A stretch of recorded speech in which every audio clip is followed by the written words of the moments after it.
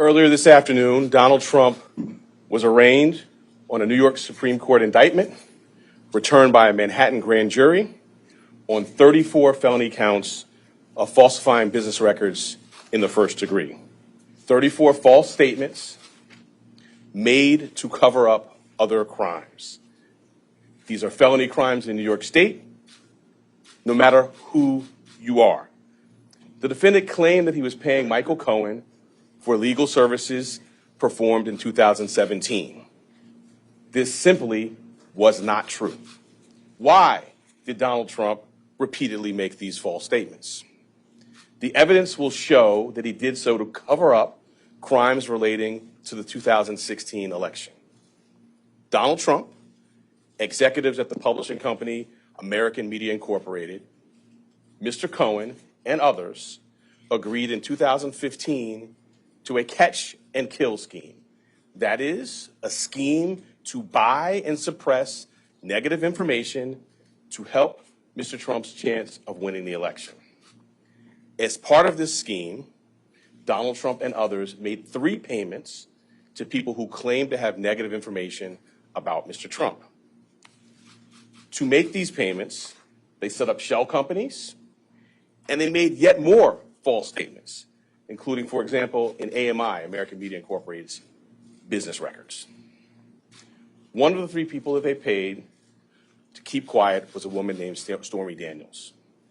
The scheme violated New York election law, which makes it a crime to conspire to promote a candidacy by unlawful means.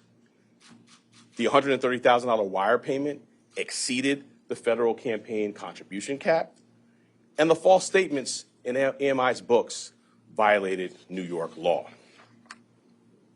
That is why Mr. Trump made false statements about his payments to Mr. Cohen.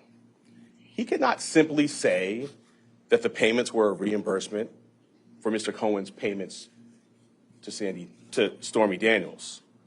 To do so, to make that true statement, would have been to admit a crime. So instead, Mr. Trump said that he was paying Mr. Cohen for fictitious legal services in 2017 to cover up actual crime committed the prior year.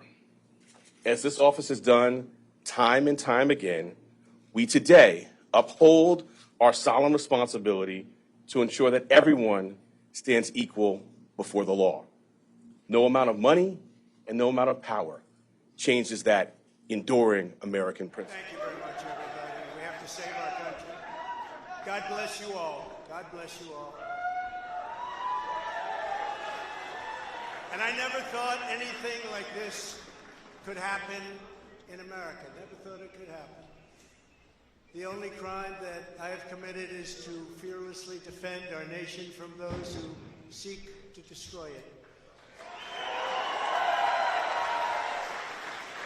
From the beginning, the Democrats spied on my campaign. Remember that? They attacked me with an onslaught of fraudulent investigations. Russia, Russia, Russia. Ukraine, Ukraine, Ukraine. Impeachment hoax number 1. Impeachment hoax number 2. The illegal and unconstitutional raid on Mar-a-Lago, right here. The lying to the FISA courts, the FBI and DOJ relentlessly pursuing Republicans, the unconstitutional changes to election laws by not getting approvals from state legislators, the millions of votes illegally stuffed into ballot boxes and all caught on government cameras.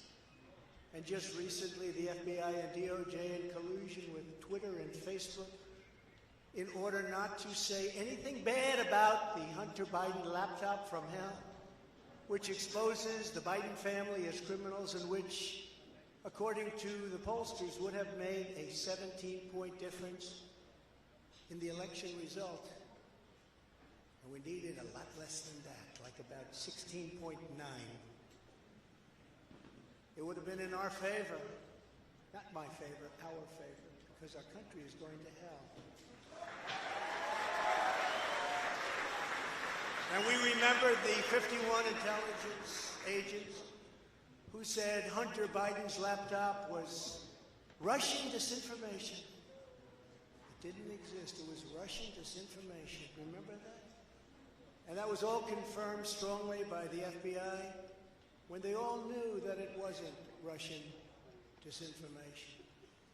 And so much more. Our elections were like those of a third world country. And now this massive election interference at a scale never seen before in our country, beginning with the radical left, George Soros-backed prosecutor Alvin Bragg of New York, who campaigned on the fact that he would get President Trump. I'm going to get him. I'm going to get him. This is a guy campaigning. He wanted to get President Trump at any cost, and this before he knew anything about me, didn't know a thing about me. He was campaigning. As it turns out, virtually everybody that has looked at this case, including rhinos and even hardcore Democrats, say there is no crime and that it should never have been brought.